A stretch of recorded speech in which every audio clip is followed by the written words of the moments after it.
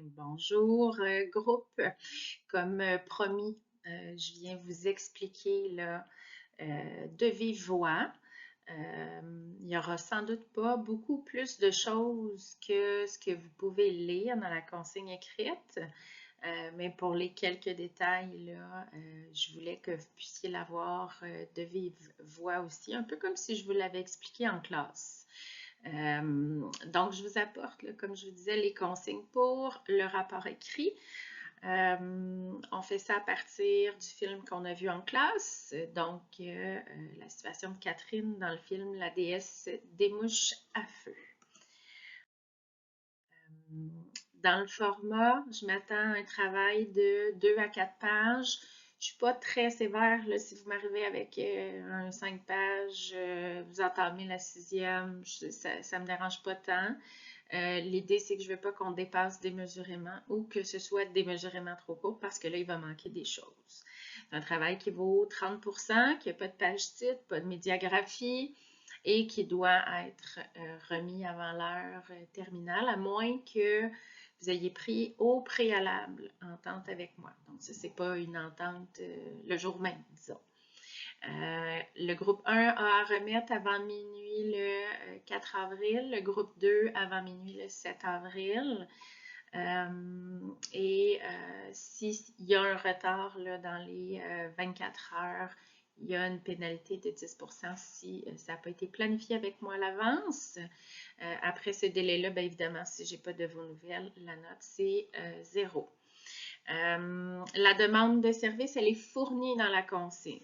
Okay? Donc, vous la recevez, là, elle est en format tableau, un peu comme vous pourriez recevoir une demande de service dans un lieu de travail, c'est-à-dire au CLSC ou ailleurs. Au niveau du contenu, ce que je veux, c'est que vous utilisiez là, le Canva que vous êtes habitué d'utiliser, celui que je vous distribue souvent en classe, sur le dessus. On peut se noter des questions. Ce bout-là, moi, je ne le veux pas. Okay? Donc, c'est les 2 pages à l'intérieur, Canva d'évaluation, donc l'identification de votre client. À partir de là que ça commence. Ça se poursuit avec le résumé de la demande de service, les aspects bio, psycho, sociaux, jusqu'aux hypothèses okay? Et aux besoins, évidemment. Donc, vous rédigez votre évaluation. Je vous fais confiance, je vous demande, puis ça va vous permettre de ne pas vous mettre dans l'embarras pour ce travail-là, justement, mais de le rédiger vous-même, OK? Donc, avec vos connaissances, vous pouvez vous servir de vos notes, évidemment, retourner dans vos exercices antérieurs, voir mes commentaires, tout ça. Et une fois que cette étape-là sera faite, je vais vouloir que dans une dernière section, vous me parliez de 2 modifications que vous allez retenir de suggestions faites par l'intelligence artificielle. Je m'explique. Donc, vous allez solliciter l'intelligence artificielle de votre choix. Moi, je trouve que ça fonctionne bien avec ChatGPT, même version gratuite. D'ailleurs, je n'ai jamais testé autre chose que la version gratuite, mais je n'ai pas tenté le coup là, avec Claude ou avec peu importe les autres Gemini, intelligence artificielle de ce monde. OK? Donc, ce que je veux, c'est que vous soyez en mesure là, d'obtenir les suggestions de cette IA-là. Alors, ce que vous allez lui dire, c'est j'ai à rédiger une évaluation biopsychosociale dans le format que je vous copie-colle ci-dessous pour Catherine dans le film La déesse des mouches à feu. Est-ce que tu peux, à partir des mêmes sections, des mêmes rubriques dans l'évaluation, en conservant le même format, me faire des suggestions d'amélioration? Je vais vouloir que vous me copiez-collez, me mettez en annexe la réponse complète de l'IA et que vous reteniez au moins 2 modifications. Ces modifications-là, vous devez me les inclure okay, déjà dans votre évaluation. Okay? Donc, vous en servez, mais vous allez me les souligner ou me les mettre en bas de page. OK? Puis, votre note en bas de page ou dans un annexe à la suite, là, vous allez m'expliquer, me mettre dans le fond la citation de c'était quoi que moi j'avais mis là, avant que ce soit remplacé par la suggestion de l'IA. Dans votre dernière section, les modifications qui ont été apportées, là, vous me parlez de ce que vous avez retenu comme modification, mais surtout, vous me justifiez pourquoi vous avez gardé ces suggestions-là plus particulièrement. OK? Ça peut être 2, ça peut être 3, ça peut être 4. Je ne veux juste pas que vous changiez complètement votre évaluation pour celle de ChatGPT. Là, vous vous nuiriez parce que souvent, il est assez reconnaissable, d'autant plus que j'ai un peu l'habitude de m'en servir, je le reconnais bien. Mais surtout, pour beaucoup d'entre vous qui avez participé là, à faire des exercices avant, je vous reconnais un peu là, dans votre écriture aussi. Donc, n'allez pas vous nuire. Mon but, c'est pas, comme je vous dis toujours, de vous piéger. Mon but, c'est vraiment de vous accompagner, de vous aider, que vous puissiez voir, dans le fond, quelqu'un d'un peu plus expérimenté ou avec qui a plus l'habitude d'écrire, de rédiger, qu'est-ce qu'il aurait fait de différent. Des fois aussi, c'est réfléchir à deux têtes. Hein? Vous allez faire ça dans le cadre de votre travail. Là. Des fois, vous allez être assis en table de concertation. Vous allez demander l'aide de vos collègues pour dire, ben moi, là, je suis comme dans un mur avec ce client-là, j'ai comme plus d'idées, je ne sais plus par où prendre la situation. Vous allez avoir des superviseurs cliniques qui vont vous offrir le même genre de support.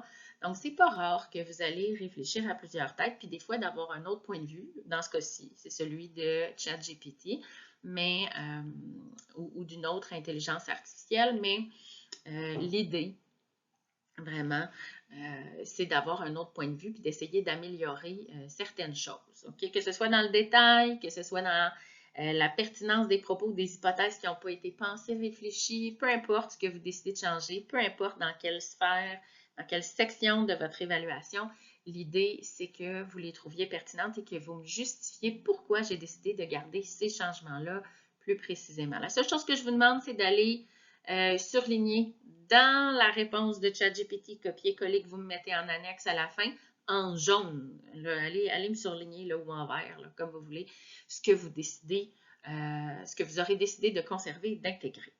OK? Donc, jusque-là, j'imagine que ça fonctionne. Au niveau des critères de correction, je corrige l'évaluation à proprement dite. Donc, est-ce que les éléments se trouvent dans les bonnes sections?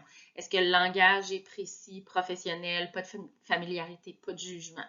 Est-ce que tout ce qui est dans des sections, là, identification du client, résumé de la demande de service, contient des informations justes? Est-ce que les éléments pertinents qu'on voit dans le film pour les sphères bio, psycho et sociales ont été relevés et ont été mis aux bons endroits? Dans votre opinion professionnelle, donc les sphères d'éléments de dangerosité, d'hypothèses et de besoins, je veux savoir si vous avez bien identifié des facteurs de risque, de protection, les stratégies d'adaptation que Catherine utilise. Souvenez-vous qu'une stratégie d'adaptation, c'est pas nécessairement bon, OK? Dans le sens où on peut utiliser des stratégies d'adaptation qui ne sont pas très adéquates, OK? Je veux que vous puissiez, que vous me permettiez en fait là, de démontrer votre compréhension. Okay? À travers les hypothèses que vous faites, je veux voir votre compréhension, le sens que vous donnez à la situation de Catherine, voir que les besoins identifiés soient en cohérence avec non seulement la nature de la demande, mais aussi vos hypothèses, puis la théorie de hiérarchisation des besoins. Okay? Donc, si Catherine n'avait pas de toit sur la tête, on n'irait pas travailler, comme je vous dis souvent, son estime de soi en premier. Et que, évidemment, vos pistes suggérées, vos pistes de solutions offrent une réponse adaptée en fonction des besoins identifiés. Finalement, la réflexion, ce que vous avez décidé de garder, de justifier à propos des modifications de l'intelligence artificielle. Je veux que ce soit des éléments pertinents qui ajoutent à votre évaluation. Hein? Comme je vous disais tantôt, soit ça favorise la compréhension du lecteur, soit ça permet d'effectuer des liens qui sont pertinents, d'approfondir ma réflexion, mes pistes de solutions, de mieux répondre aux besoins et que votre réflexion ou justification soit suffisante et pertinente. C'est-à-dire que c'est sûr que si vous me répondez en 2 lignes, peut-être je vais vous demander d'élaborer un peu. En même temps, je ne veux pas un roman non plus. L'idée, là, vraiment, c'est que cette portion-là, on met l'annexe à part du nombre de pages. Hein? Donc, on met notre réflexion, notre partie de travail qui concerne ce qu'on a gardé et comment on le justifie. Je ne veux pas que ça représente plus de la moitié de votre travail. Donc, si vous avez fait une évaluation de 2 pages, ben, je ne veux pas plus de 2 pages là-dessus. Là, OK? Donc, l'idée, là, c'est vraiment d'essayer de rentrer dans notre 2 à 4 pages, de faire ça assez simplement. De toute façon, c'est une belle force, hein? Quand vous êtes capable de résumer en moins de mots. Souvent, vous êtes capable d'être plus précis, d'être compris plus rapidement et vous allez être, comme professionnel, lu plus fréquemment par vos collègues, médecins, infirmières, autres intervenants scolaires, psychosociaux et compagnie. Alors, si vous avez des questions après ça, ben, je vous invite là, à revenir vers moi. Je vous souhaite un bon travail, puis n'hésitez pas s'il y a quoi que ce soit. Salut!